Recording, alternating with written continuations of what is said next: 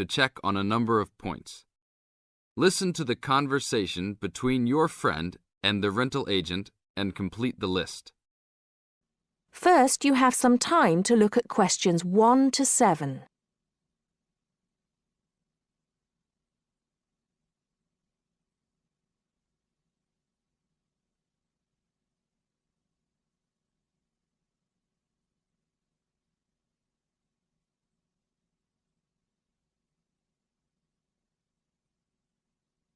Now listen carefully and answer questions 1 to 7. Hi, we've been looking over your listing of apartments for rent and we have a few questions about a couple of the apartments. Can you help us? Sure. Yep, this is our most recent listing. What would you like to know? Well, we were first wondering about the house on 3rd Street. We can see that it is furnished and rents for $135 a week, but can you tell us how many bedrooms it has?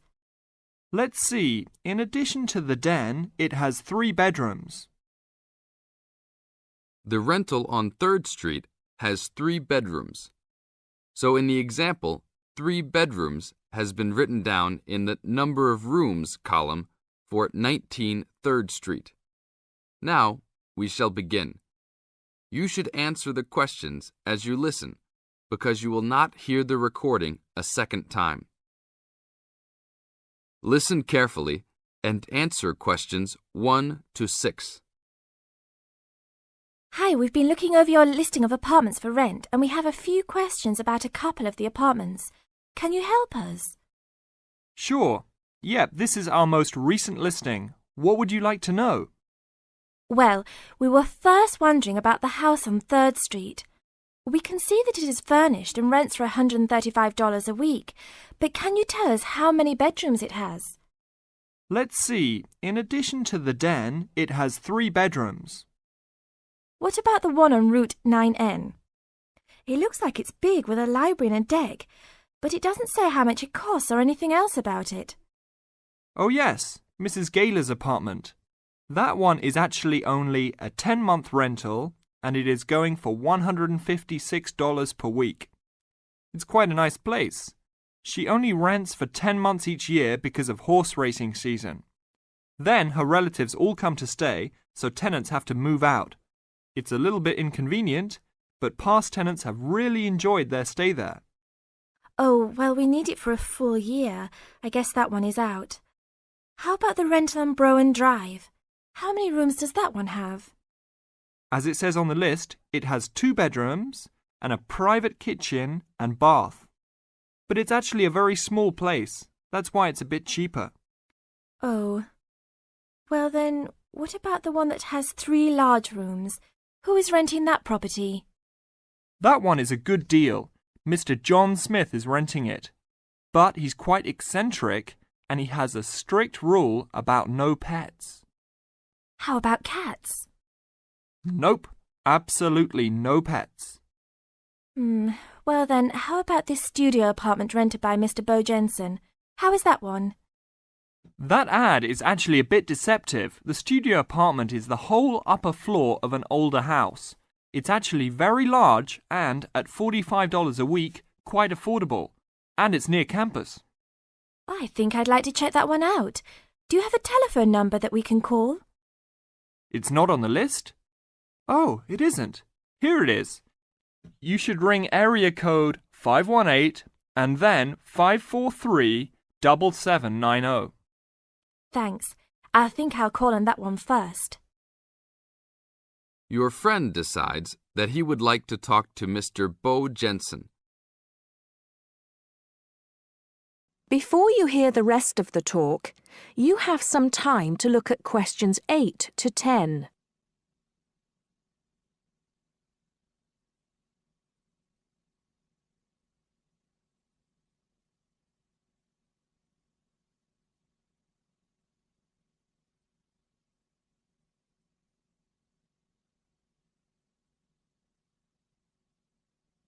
Now listen and answer questions 8 to 10.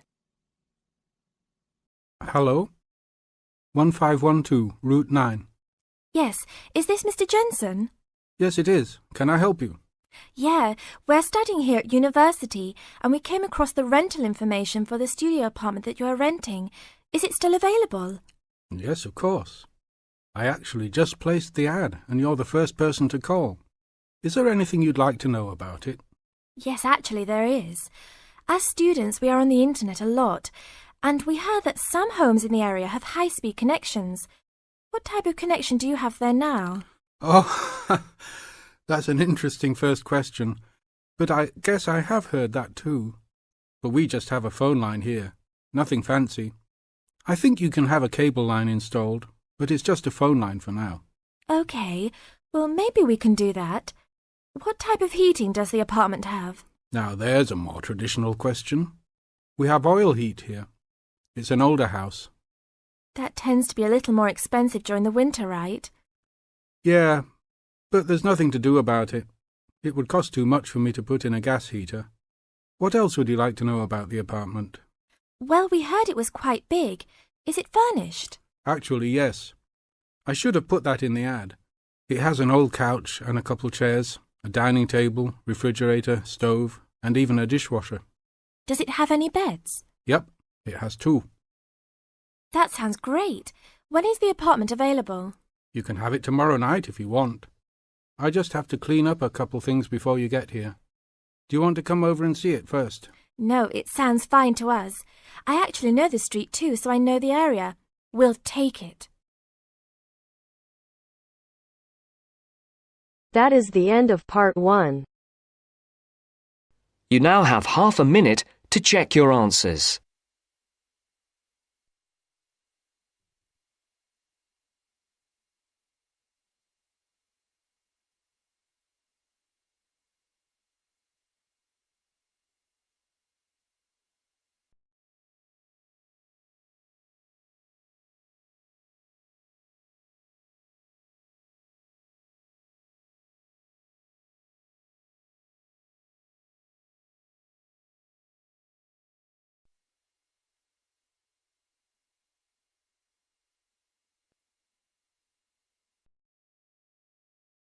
Now turns to part 2. Part 2. You will hear a job interview. First, you have some time to look at questions 11 to 15.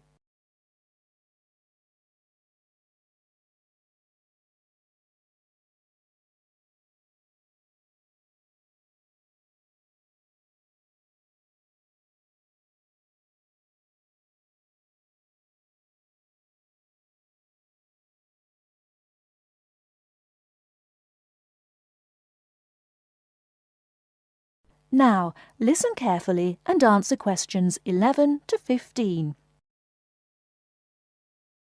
Please sit down, Mr. Wilson. My name's Jane Smith, and I'm the personnel manager. Hello, how do you do? Now, this is just a short preliminary interview. I'd like to talk about your present job and what you've done up till now. Yes, of course.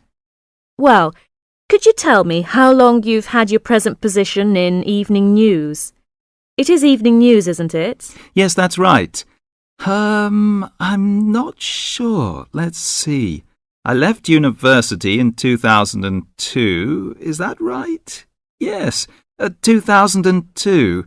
Then I was unemployed for about 2 months. And then I travelled round Britain for a few weeks. So it must be more than 3 years now, in fact. Yes. And have you any particular reason for wanting to change your job? I mean, why do you want to move? Well, I actually like my present job and still find it interesting.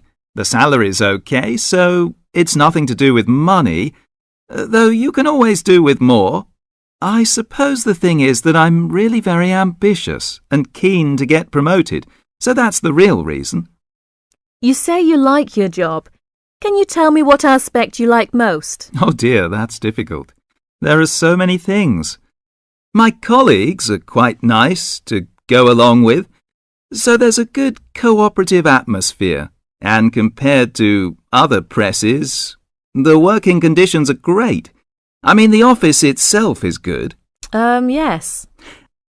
And then there's the fact that as a journalist, I regularly write articles about what is happening at home or in the world. So I have to make decisions. I must be responsible for what I have written. You know, that's what I really like most about the job. They give me lots of room for initiative. Yes. Well, we're looking for someone who isn't a clock watcher and who isn't too concerned about working fairly long hours. Oh, I don't mind that. I'm used to it. I often work irregular hours. I was very often made to work at night.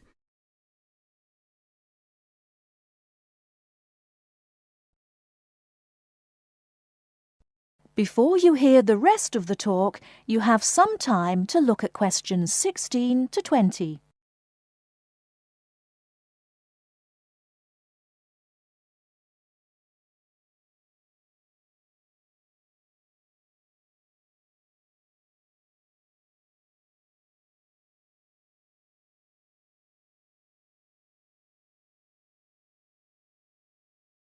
Now listen and answer questions 16 to 20.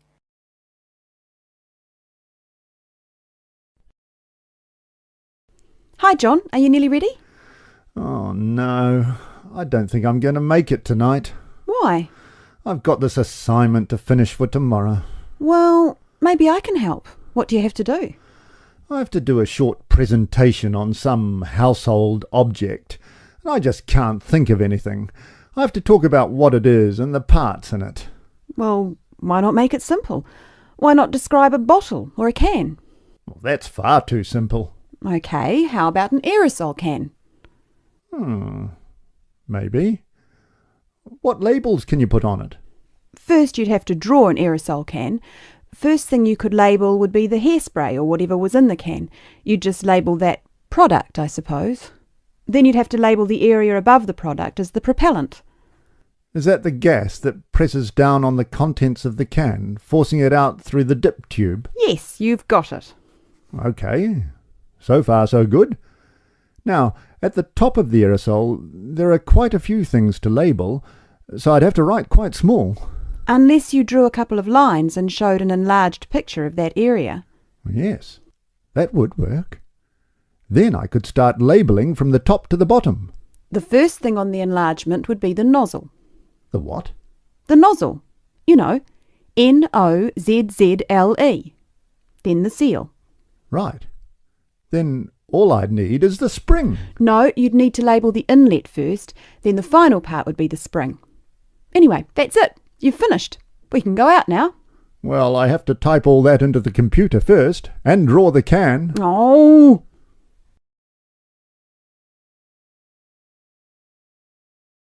That is the end of part 2. You now have half a minute to check your answers.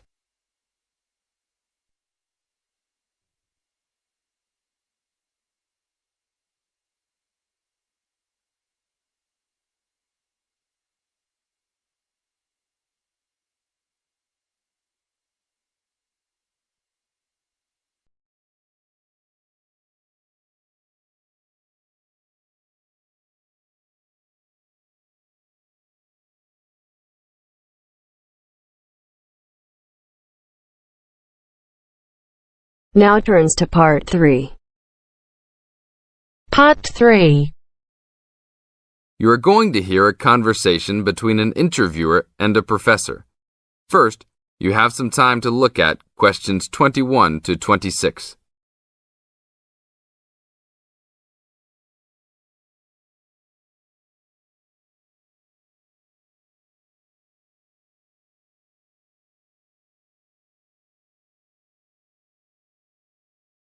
Now listen to the tape and answer questions 21 to 26.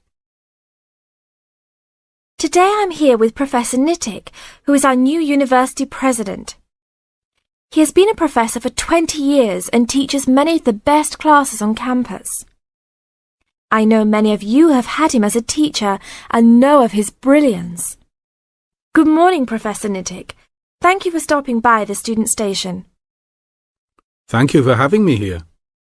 It is always great to get to meet many of the students who are involved with our school. I haven't been here since 2 years ago. Yes, I remember at that time you were still teaching every semester. 2 years later, you're only teaching every once in a while. But it seems like you are still always busy. The administration world is just as busy as the teaching world for you. How do you stay in touch with the university, even with the change in your everyday duties?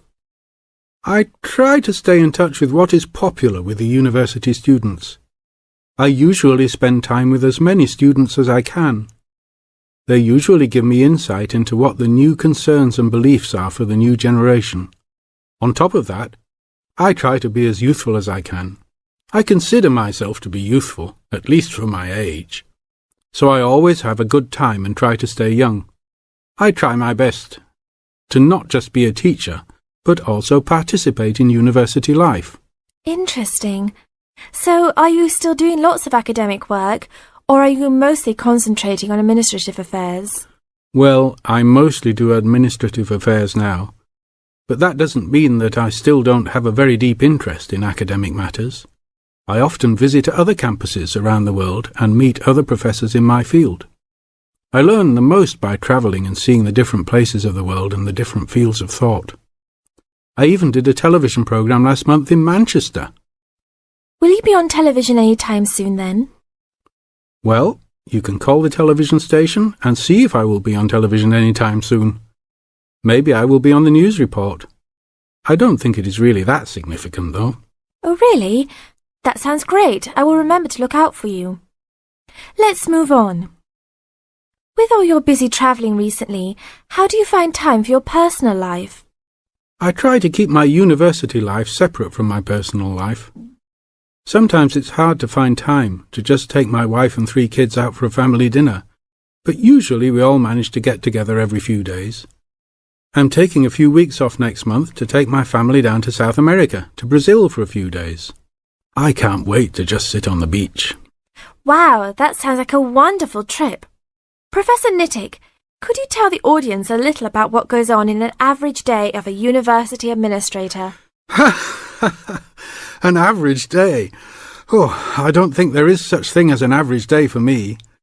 The last few weeks I've been travelling all the time. I can be in Los Angeles in the morning and in New York by the afternoon and back to Los Angeles by the evening. Sometimes I will spend the whole week at a new university, showing the new administrators the ins and outs of running a university. Sometimes I can spend the whole day in the office on the phone, so there really is no average day for me. I guess that is because I do so many different tasks. Sorry to let all the viewers down, but that is the plain truth. Now look at questions 27 to 30.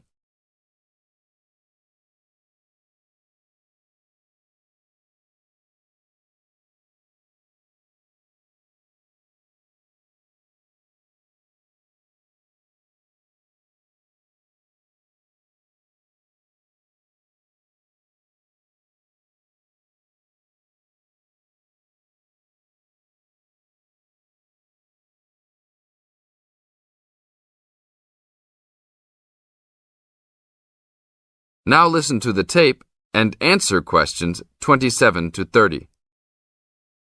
Well, I guess I can sum it up for them. You are a busy man. That is probably a good description. So, are there any immediate plans for the coming few weeks? Well, I'm in Los Angeles for the next 2 days, and then I fly to Colorado to meet a new prospective professor for our university. I will be in Colorado for about a week. Then I go to Japan for the next 10 days to meet with our university branch in Japan about record sales there. After that, I return to Los Angeles for a week, just in time for the graduation of the class of 2001. There you have it, my next month's schedule. Thank you very much, Professor Nittick. I always enjoy having you on our show. We hope to have you back on our show next time.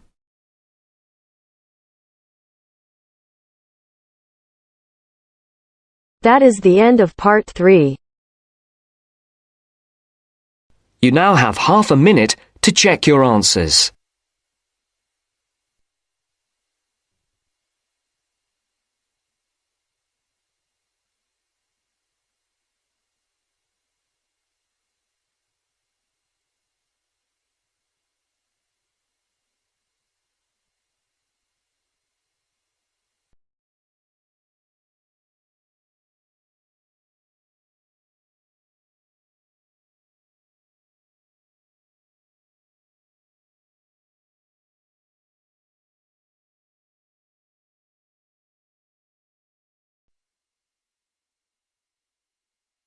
Now turns to Part 4. Part 4. You will hear a lecturer talking about dust storms. First, you have some time to look at questions 31 to 36.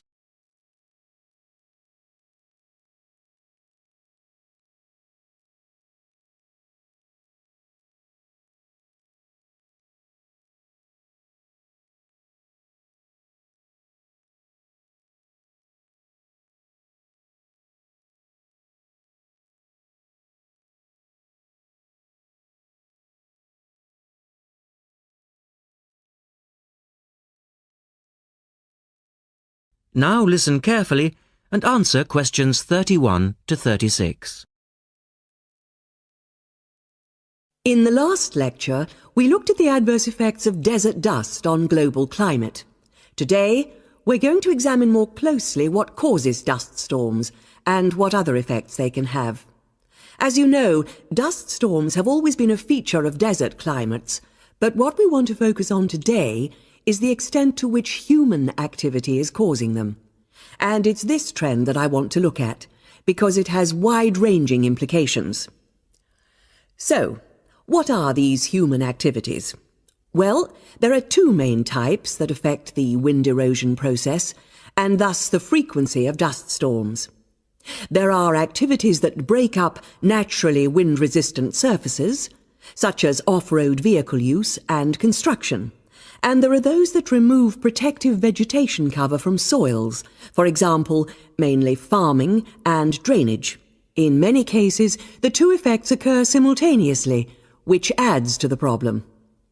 Let's look at some real examples and see what I'm talking about. Perhaps the best-known example of agricultural impact on desert dust is the creation of the USA's Dust Bowl in the 1930s. The dramatic rise in the number of dust storms during the latter part of that decade was the result of farmers mismanaging their land. In fact, choking dust storms became so commonplace that the decade became known as the Dirty 30s. Researchers observed a similar but more prolonged increase in dustiness in West Africa between the 1960s and the 1980s, when the frequency of the storms rose to 80 a year, and the dust was so thick that visibility was reduced to 1,000 meters. This was a hazard to pilots and road users. In places like Arizona, the most dangerous dust clouds are those generated by dry thunderstorms. Here, this type of storm is so common that the problem inspired officials to develop an alert system to warn people of oncoming thunderstorms. When this dust is deposited, it causes all sorts of problems for machine operators. It can penetrate the smallest nooks and crannies and play havoc with the way things operate, because most of the dust is made up of quartz, which is very hard. Another example. The concentration of dust originating from the Sahara has risen steadily since the mid-1960s. This increase in wind erosion has coincided with a prolonged drought, which has gripped the Sahara's southern fringe. Drought is commonly associated with an increase in dust-raising activity, but it's actually caused by low rainfall, which results in vegetation dying off. In the second part, the speaker talks about the drying up of the Aral Sea. Look at questions 37 to 40 and complete the flowchart.